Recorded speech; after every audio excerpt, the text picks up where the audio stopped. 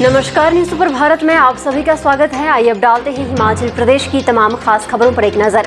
Himachal police band की शानदार प्रस्तुतियों से गूंजा राजभवन। जी हाँ, इसके साथ ही आपको बता दें कि बीएससी नर्सिंग के पहले सेमेस्टर की परीक्षाएं मई से होंगी। पूरी जानकारी इसके बारे में आपके साथ साझा करेंगे। आपको बता दें कि पौंग बांध विस्थापितों की समस्या के समाधान की जगी आस।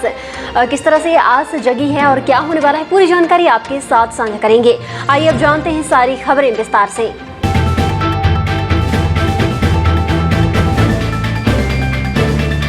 Himachal police band the harmony of pines की प्रस्तुतियों से शुक्रवार को राजभवन गूंज उठा।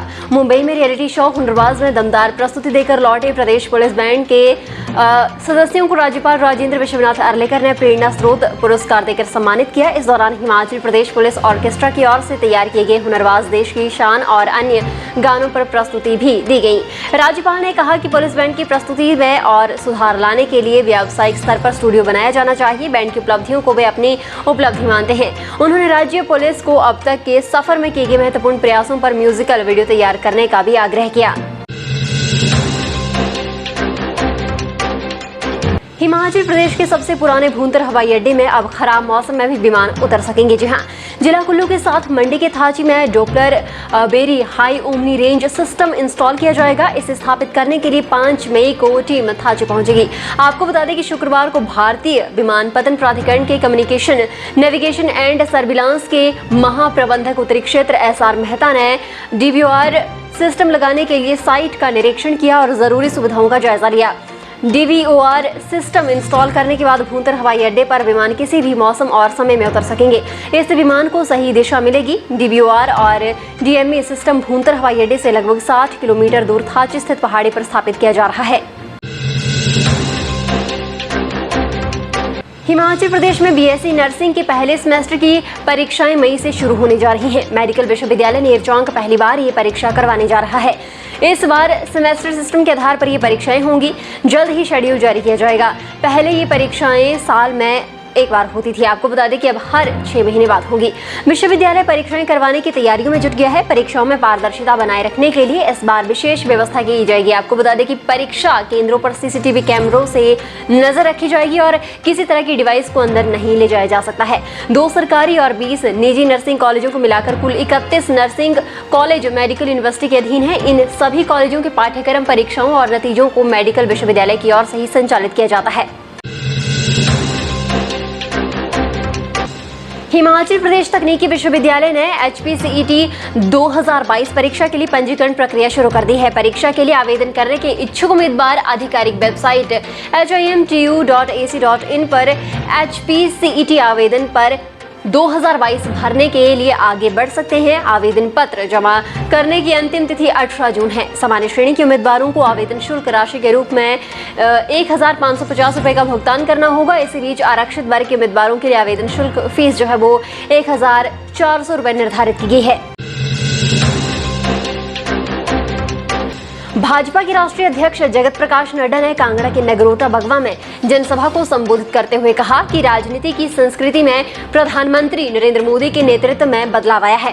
कांग्रेस पार्टी के कार्यकर्ता और नेता जातिवाद, संप्रदायवाद, इलाकावाद, भाई भतीजावाद की बात करते हैं। पीएम मोदी ने परिवारवाद, संप्रदायवाद, इलाकावाद को सीधी टक्कर देकर विकासवाद किया है और ये राजनीति का अंतर है।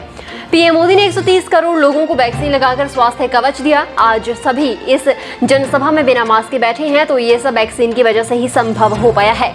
मालदीव, भूटान, श्रीलंका, मलेशिया, अफगानिस्तान को भी वैक्सीन दी गई। वैक्सीन की पहली और दूसरी डोज लगाने में हिमाचल देश भर में पहले स्थान पर रहा।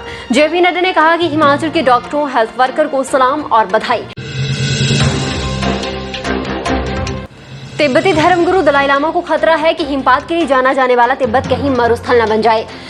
दलाई लामा ने कहा कि जलवायु में अप्रत्याशित परिवर्तन का प्रभाव किसी एक देश पर नहीं बल्कि सब पर पड़ता है। इसलिए आवश्यक है कि हम सभी बदलाव के लिए एक अवधि निश्चित कर लें और पृथ्वी के बारे में संवेदनशीलता के साथ विचार करें। इसके लिए आवश्यक है सौर एवं वायु ऊर्जा का प्रयोग करें, पेड़ों को कटने से बचाकर पर्यावरण को सुरक्षित रखें। विश्व पृथ्वी दिवस पर दिए अपने विशेष संदेश में उन्होंने कहा कि मैंने अपने जीवन में पहले तिब्बत और अब धर्मशाला में इतना कम हिमपात पहली बार देखा। मुझे विज्ञानी बताते हैं कि अब तिब्बत जैसे स्थान भी मरुस्थल बन जाएंगे, इसलिए मैं तिब्बत के पर्यावरण के प्रति अपनी बात रखने के लिए प्रतिबद्ध रहता हूँ। उन्होंने कहा कि हमें पौधे रोपने होंगे और तब भी उनका ख्याल रखना होगा जब वे पेड़ बन जाएं। तिब्बती धर्मगुरु कहते हैं कि विश्व के सब देश अब पूरी तरह एक दूसरे पर निर्भर करते हैं। कोरोना काल के 2 वर्ष के दौरान पौंग बांध विस्थापितों की समस्या का समाधान निकालने के लिए कोई बैठक नहीं हो पाई है। अब नई दिल्ली में केंद्रीय जल संसाधन मंत्रालय के तत्वाधान में 27 अप्रैल को होने वाली बैठक में हिमाचल सरकार की ओर से प्रधान सचिव राज ओंकार शर्मा पौंग बांध विस्थापितों का प्रतिनिधित्व करेंगे। राजस्थान सरकार की ओर से भी अधिकारी शामिल होंगे और दशकों से चली आ रही समस्याओं का हल निकालने की राह में आगे बढ़ेंगे। वर्ष 1975 में कांगड़ा जिला में बने पौंग डैम से प्रदेश के 30,000 परिवार प्रभावित हुए थे। जिले के 339 गांवों की 75,000 बीघा से अधिक भूमि बांध में समा गई थी। नगरोटा बगवा में जेपी नड्डा के रोड शो के बाद जनसभा में मुख्यमंत्री जयराम ठाकुर ने हिमाचल आने पर उनका स्वागत किया। उन्होंने कहा कि हिमाचल छोटा प्रदेश काम में बड़ा है। विश्व की बड़ी पार्टी का नेतृत्व जगत प्रकाश नड्डा कर रहे हैं। कार्यकर्ताओं के साथ उनका प्रेम है। नड्डा के साथ प्रदेश में झंडे लगाए, नारे लगाए, धरने दिए और ये सब याद आता है।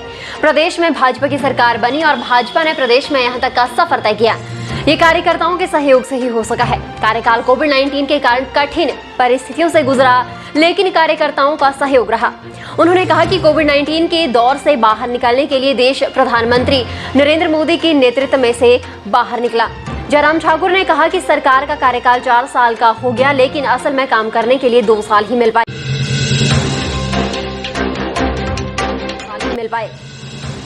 इस बार मैदानी इलाकों में खूब गर्मी पड़ रही है। हालात ये हैं कि तापमान 40 डिग्री के पार पहुंच रहा है।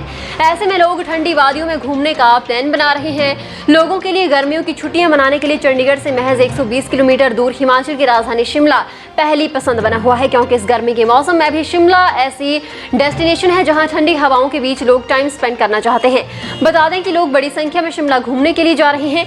सड़क मार्ग और रेल यातायात दोनों तरह से लोग शिमला पहुंच रहे हैं। वीकेंड पर पर्यटकों की संख्या डबल हो जाती है, क्योंकि चंडीगढ़ से शिमला रूट के बीच कई ऐसे स्पॉट हैं जहां लोग इन दिनों जाना ज्यादा बेहतर समझते हैं। कसौली, सोलन, डगसाई, चैल जैसी जगह पर जाने के लिए वीकेंड पर काफी भीड़ रहती है। वहीं कालका शिमला हेरिटेज ट्रैक पर छुक छुक करती टॉय ट्रेन पर्यटकों को सबसे ज्यादा भा रही है। लोग बड़ी संख्या में जून और जुलाई में शिमला जाने के लिए अभी से टॉय ट्रेन की टिकट बुक करवा रहे हैं। है तो कांग्रेस पकड़ लेती है।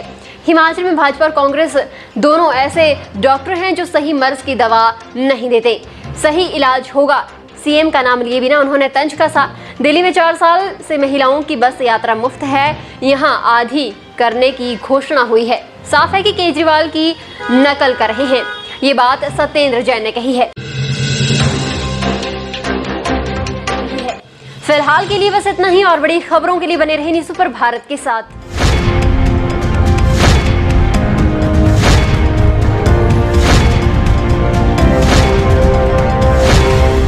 न्यूज़ सुपर भारत आप तक पहुंचाएगा हर खबर सबसे पहले।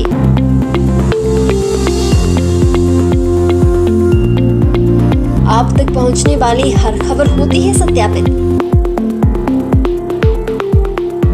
सत्य, सटीक, निष्पक्ष खबरें आप तक पहुंचाना ही हमारा उद्देश्य। न्यूज़ सुपर भारत की हर खबर पर कर सकेंगे आप सबसे ज्यादा भरोसा।